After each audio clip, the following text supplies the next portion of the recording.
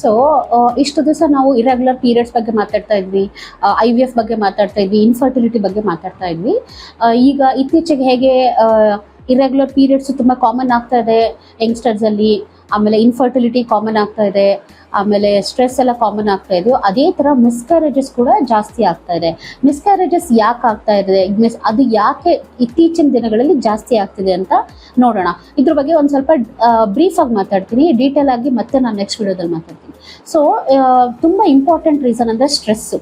So ಸ್ಟ್ರೆಸ್ಸಲ್ಲಿ ಅವ್ರದ್ದು financial stress ಇರ್ಬೋದು, ಅವ್ರದ್ದು ವರ್ಕಲ್ಲಿ ಡೆಡ್ಲೈನ್ ಇರುತ್ತೆ, ಟಾರ್ಗೆಟ್ಸ್ ಇರುತ್ತೆ, ಅಥವಾ ತುಂಬ ಟ್ರಾವೆಲಿಂಗ್ ಮಾಡ್ತಿರ್ತಾರೆ, ಅಥವಾ ಮನೇಲಿ ಫ್ಯಾಮಿಲಿ ಸ್ಟ್ರೆಸ್ ಇರ್ಬೋದು. So stress is the first important cause for miscarriage. Second is obesity. ತುಂಬ ಜನ ವರ್ಕ್ ಫ್ರಮ್ ಹೋಮ್ ಮಾಡ್ತಿರ್ತಾರೆ, ಅಥವಾ ಡೆಸ್ಕ್ ಜಾಬ್ ಇರುತ್ತೆ, ತುಂಬ ಏನು ಜಾಸ್ತಿ ಎದ್ದು ಓಡಾಡ್ತಿರಲ್ಲ, ಅಥವಾ ಅವ್ರು ಆಲ್ರೆಡಿ ಒಬೆಸಿಟಿ ಇದ್ಕೊಂಡೇ ಪ್ರೆಗ್ನೆಂಟ್ ಆಗಿಬಿಟ್ಟಿರ್ತಾರೆ. ಸೊ ಒಬೆಸಿಟಿ ಕೂಡ ಮಿಸ್ಕರೇಜ್ ಮಾಡ್ತಾ ಇರುತ್ತೆ.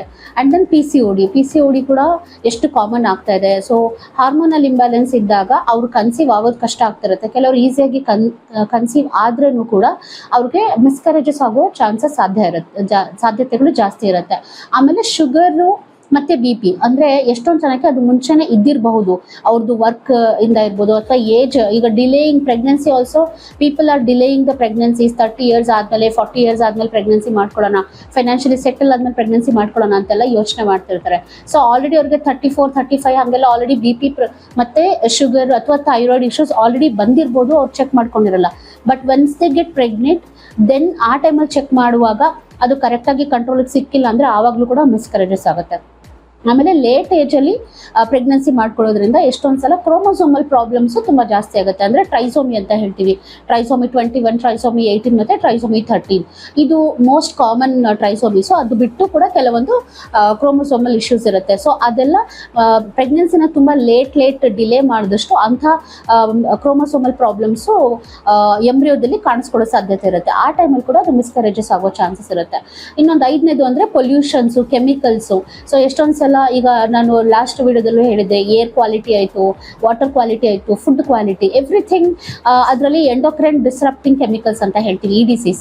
ಅದು ಕೂಡ ಬಿಲ್ಡಪ್ ಆಗಿ ಅದು ಕೂಡ ಟೆರಡೋಜೆನಿಕ್, ಅಂದರೆ ಮಗುವಿನಲ್ಲಿ ಡಿಫೆಕ್ಟ್ಸ್ಗಳು ಕಾಸ್ ಮಾಡ್ಬೋದು. ತುಂಬ ಅರ್ಲಿ ಸ್ಟೇಜಲ್ಲಿ ಅದರ ಡಿಫೆಕ್ಟ್ಸ್ಗಳು ಕಾಸ್ ಮಾಡಿರುವಾಗ ಅಂಥ ಟೈಮಲ್ಲಿ ಕೂಡ ಅದು ಮಿಸ್ಕರೇಜಸ್ ಆಗೋ ಸಾಧ್ಯತೆಗಳಿರುತ್ತೆ.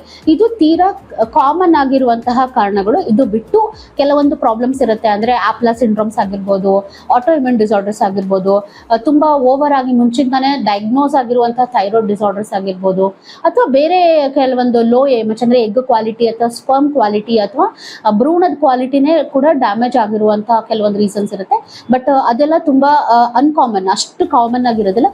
ಕಾಮನ್ ಆಗಿ ನಾನು ಈಗ ಏನು ಹೇಳಿದ್ನಲ್ಲ, ಮೊದಲನೇ 5 ಕಾರಣಗಳು ತುಂಬ ಫ್ರೀಕ್ವೆಂಟ್ ಆಗಿ ನೋಡ್ತೀವಿ. ಸೊ ಆದಷ್ಟು ಸ್ಟ್ರೆಸ್ನ ಕಡಿಮೆ ಮಾಡಿಕೊಂಡು ಟ್ರಾವೆಲಿಂಗು ಅಥವಾ ಡೆಡ್ಲೈನ್ಸು, ಟಾರ್ಗೆಟ್ಸ್ ರೀಚ್ ಆಗೋದು, ಅದನ್ನೆಲ್ಲ ಸ್ವಲ್ಪ ಕಡಿಮೆ ಮಾಡಿಕೊಂಡು ರಿಲ್ಯಾಕ್ಸ್ಡ್ ಮೈಂಡಿಂದ ಗುಡ್ ನ್ಯೂಟ್ರಿಷನ್ ತೊಗೊಂಡು ಒಳ್ಳೆ ವೆಯ್ಟ್ ಮೇಂಟೈನ್ ಮಾಡಿಬಿಟ್ಟು ಹಾರ್ಮೋನ್ಸ್ನೆಲ್ಲ ಬ್ಯಾಲೆನ್ಸ್ನಲ್ಲಿ ಇಟ್ಕೊಂಡು ಪ್ರೆಗ್ನೆನ್ಸಿ ಪ್ಲ್ಯಾನ್ ಮಾಡಿಕೊಂಡ್ರೆ ಐ ಥಿಂಕ್ ಎಷ್ಟೊಂದು ಮಿಸ್ಕರೇಜಸ್ನ ನಾವು ಪ್ರಿವೆಂಟ್ ಮಾಡ್ಬೋದು. ಸೊ ಇದ್ರ ಬಗ್ಗೆ ಇನ್ನು ಡೀಟೇಲ್ ಆಗಿ ಬೇಕಾದ್ರೆ ನಾನು ನೆಕ್ಸ್ಟ್ ವಿಡಿಯೋದಲ್ಲಿ ಹೇಳ್ತೀನಿ. Thank you.